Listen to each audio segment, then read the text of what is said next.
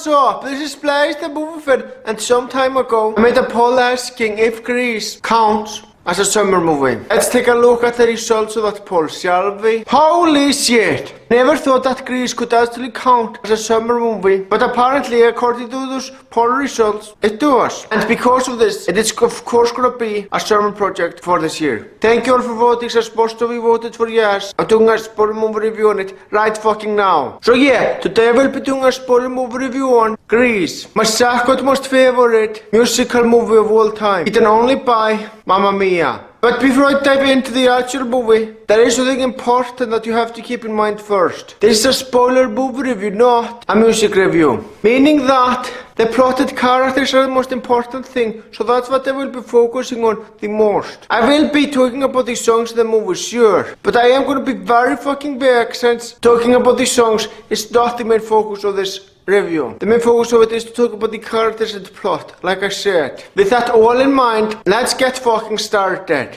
The movie starts with two lovebirds having fun at a beach. And then Danny falls on a sandcastle. And I find it so admirable. Oh, I forgot to mention, the main focus of this movie is the relationship between Sandy and Danny. And I will be going into further detail on how that relationship goes as I'm reviewing this movie. I'm going back to Australia. I might never see you again. Don't talk that way, Sandy. But it's true. I've just had the best summer of my life and now I have to go away. It isn't fair.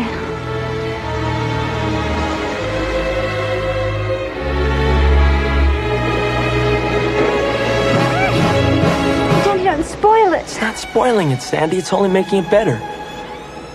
Danny, is this the end? Of course not. It's only the beginning. You know, this scene really makes me wanna fucking cry. It does, it's a very sad scene. The main issue being that those two had a great summer together and they now have to say goodbye to each other. That is really sad. Though what this guy says by the end there is accurate, like later events of the movie will prove. And after that scene comes an animated opening of the movie. And I have to say, this opening looks beyond fucking awesome. I can tell a lot of effort was put into that opening. This is at the same quality as something that Cartoon Network would make. Though this movie existed before Cartoon Network came to existence, so it's definitely just a coincidence. But the high quality of the animation in this intro is so fucking great. Though to be fair, it's just expected since I am watching a mainstream movie after all that made it to theaters. Still fucking awesome though. And then we get to see the high school. And the people there are assholes, which makes sense. They are high school students after all. And then there's a conversation between a student and someone who works there. I gotta say, I find that very interesting. And now for the really good news, and probably one of the most exciting things to ever happen at Rydell High. The National Bandstand television show has selected Rydell as a representative American high school and will do a live broadcast from our very own gym. Holy shit, that's great news. The students in that school are very fucking lucky for being allowed to be on a national fucking television. And this is a great honor, especially in the 1970s. Because you see, back then, there was no internet. And only a minority of people got to be on national television back then. And that was really the only way to get extremely popular. So yeah, it's a great fucking honor. The students should be fucking proud, and they probably are.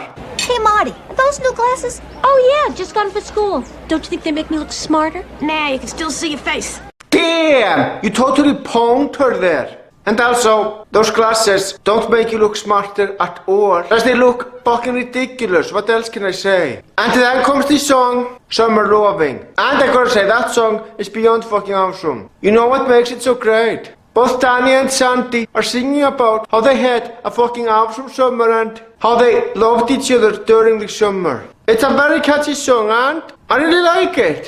Sandy! Danny! What are you doing here? I thought you were going back to Australia. We had a change of plans. I can't... Well, that's cool, baby. I mean, you know how it is. Rockin' and rollin' and whatnot. Danny? That's my name. Don't wear it out. What's the matter with you? What's the matter with me, baby? What's the matter with you? What happened to the Danny Zuko I met at the beach?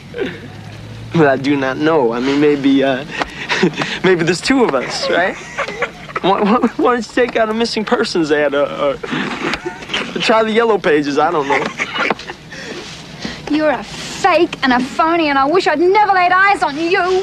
Whoa. I feel bad for Santi, I really do. She was such a fucking nice guy at the beach and spent the whole summer with him. But when she gets to meet him again, he's a total asshole and treats her like shit. And that really broke her heart. I feel bad for her, I really do. It's gonna take her the longest time to get over this. And then later on, Danny's friend teaches her to smoke. Sandy, here's your toothbrush. Oh, thanks, Richie. I'm sorry to be so much trouble. Oh, it's okay. This goody two-shoes makes me want to barf. Look at me, I'm Sandra D. Lousy with virginity. Won't go to bed till I'm legally wed.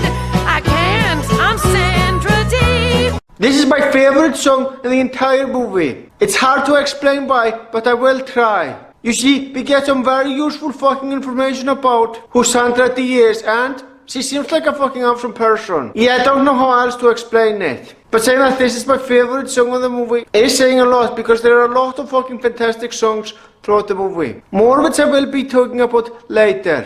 And then, Danny's friends are being assholes and drive to, close to where Santi is at, and jerk around. Where are you going, to flog your log? What's better than hanging around with you dorks?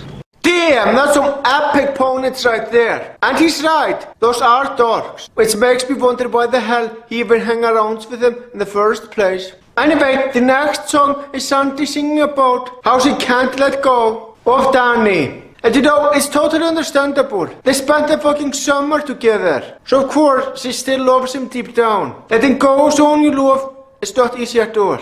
So yeah, the song is fucking beautiful. What else can I say? And then we got to a place where people are having sex in a car. Anyway, here's my biggest problem with this scene. It focuses on two characters which I don't care about in the slightest. Why the hell would there be a scene showing what those characters are up to? I mean seriously, this scene serves no purpose at all. And I don't see what it adds to the story. It's just a complete waste of time, since I don't care about this in the slightest, like I said. Go back to Sandy and Danny. Those characters are actually interesting, unlike those dull people.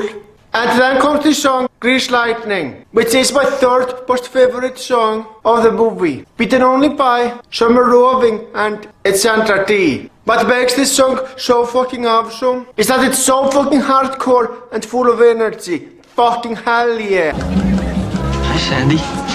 Oh, hi. How are you? Fine, thanks. That's good. Hey, Sandy, I've been wanting to talk to you for a long time now. And what about? Well, about that night at the bonfire, I mean, the way I acted, that was terrible. I mean, it really was. I mean, it wasn't me. You gotta know that. I mean, it was me, of course, but it wasn't me. And Now look, Danny, I understand that you are trying to apologize, but you do it in such an awkward and roundabout way. No wonder she doesn't think that your apology is genuine. Now Danny goes to a gym to shape himself up. You know, I'm proud of him for that. Really, I am. It's just that he wants to get her respect and does everything in his power to do just that. Great job, Danny. I'm very damn proud of you. Danny, talk to me. The least you can do is talk to me after the way you treated me. the way I treated Sandy, I told you I was sorry about that. No offense, but you didn't exactly do a good job apologizing. I already explained earlier in the video what was wrong with your apology, so I won't be getting into that again. And then Danny and Sandy go to a diner and have an interesting conversation. But as it turns out, his asshole friends are there too. Okay, I have a question, and this has been bothering me throughout the runtime of the movie. Why the hell does Danny even hang around with those assholes? I mean, he's a smart guy. He should know better than to hang around with those dorks. But yet he still does for some reason. Can someone explain this to me, because I really don't fucking get it. Oh, and there is also another thing that I want to point out. At that restaurant, many people are smoking. Does that mean that smoking was allowed at restaurants back in the 1970s? That's interesting, as it's prohibited at most restaurants today. Great. I get stuck with the check again. Give me money. Okay, what is it, huh? What's with you tonight? You got the personality of a wet mop. Don't start with me. Oh, sure, fine. Oh, okay, Eureka. How about I finish with you, huh? Finish this! To you from me, Pinky Lee. Honestly, I don't feel bad about this at all. This guy has it coming. This is what you get for being a dick. Well, I hate to tell you this, but your hair looks like an Easter egg. You're right, she does. Rita never noticed that before. And for some reason, she wants to stay at the restaurant long after closing time. Why? What's the point of this? That seems weird to me. And then comes her song number, which I find just weird. There's no one else here, she's the only one in the room. But all of a sudden, a guy comes out of nowhere and starts singing. Is that guy not actually there? Is he just in her mind? If that's so, that's extremely fucking weird. It makes me think that she's a crazy person. As for the song itself, well, unfortunately, I don't have anything positive to say about the song. It is the most forgettable song of the movie for sure. And then later in the movie, a fucking school dance begins. And because of this, the stores look like another song number, but it's not. It's instead a regular scene where people are dancing and there just happens to be music in it. Which I find interesting. And then they sing the Hound Dog song. Which is fucking awesome, because it is a fucking awesome song. One of my favorite songs sung by Elvis Presley in all honesty. And then we get to see a television and it's in black and white. Hold on just a quarter minute. What the hell is there a black and white television? This movie was released in the 1970s. Back then movies and television were in color. In fact, it was the default thing back then. So why the hell is that television in black and white? I don't get it. And then 3 assholes pull down their pants and show their asses uncovered. Okay, this is definitely not cool. People are trying to enjoy themselves at the dance. And one of the rules clearly states that no inappropriate behavior is acceptable. Seriously, fuck those assholes. What the hell is their problem? Not only do they deserve to be kicked out, they also deserve to be fucking arrested for public indecency. Those cunts. We have pictures of you so-called mooners. And just because the pictures aren't of your faces doesn't mean we can't identify you. At this very moment, those pictures are on the way to Washington, where the FBI has experts in this type of identification. If you turn yourselves in now, you may escape a federal charge. Just let the FBI arrest those fuckers. Why the hell are you giving them the chance to go scot-free? They don't fucking deserve it. Exposing their asses on a public dance like that is completely inappropriate and they deserve to be arrested for it. Now at the drive-in movie theater, Sandy has an issue with Danny for some reason and leaves him. Now if it was for the fact that he was having sex with her out of nowhere, I would understand. But apparently that's not it. She has an issue with him for some other reason. What that reason is, I don't fucking know. And I would like to know. It isn't really explained in the movie. Now, Danny sings about Sandy. This is a good song, it's a great song. But there is still a problem that I have with the scene. Why the hell would you sing a song out loudly at a fucking movie theater drive-in? I don't think that's a good idea. The reason for that is very simple. If you do that, you are fucking over the movie that people are trying to watch. A lot of people should have an issue with it. But the people at that drive-in have no issue with it for some reason. I don't know why. If I was there, I would be fucking bothered if someone was singing loudly so I can't hear the fucking movie. Just like you would if you were at a normal movie theater. So how exactly is this any different? And then Danny talks to a very good friend later on in the movie. Okay, I will give you this. I can't tell that those two are very good friends. Unlike the rest of the people in that group, this guy actually looks nice and worth respecting. I've got to go.